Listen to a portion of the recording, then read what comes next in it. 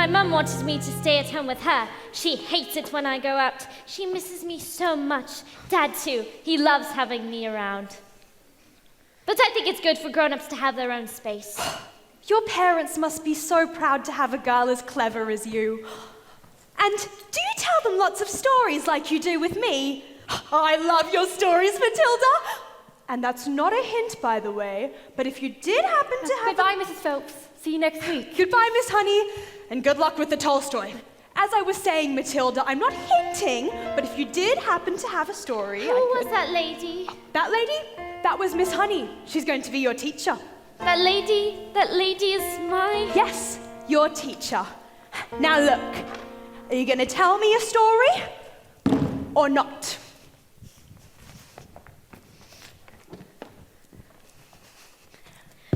Once upon a time, the two greatest circus performers in the world, an escapologist who could escape from any lock that was ever invented, and an acrobat who was the most talented, fell in love and got married. They performed some of the most incredible feats together anyone has ever seen, and people would come from miles around. Kings, queens, celebrities, and astronauts.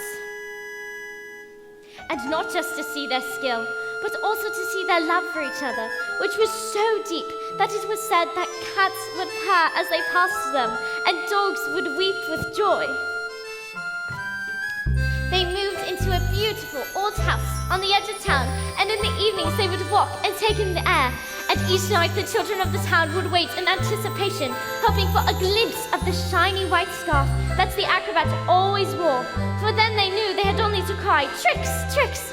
and the great performers would instantly oblige with the most spectacular show, just for them. But although they loved each other, although they were famous and everyone loved them, they were sad. We have everything. We have everything the world has to offer, said the wife. We have everything. But we do not have the one thing in the world we want most.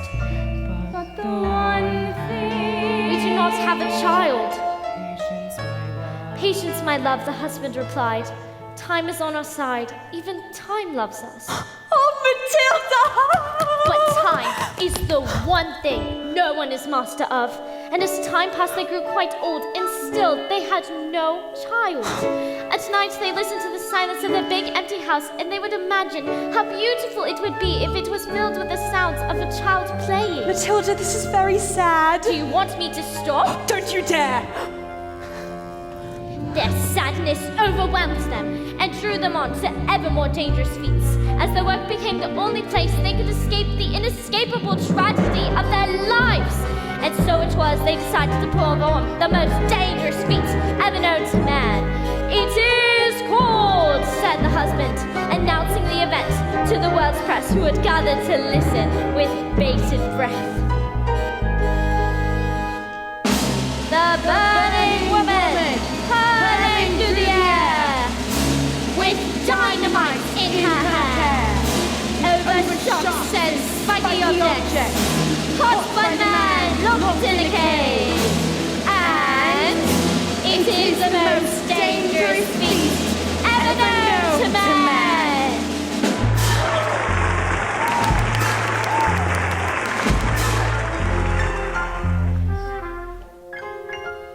It is our destiny, said the wife, smiling sadly and slipping her hand into his. It is where the loneliness of life has led us. Well, what happened? I don't know. Not yet, anyway. What? But isn't there some more? I mean, just a little bit. Isn't there a little bit more? Right.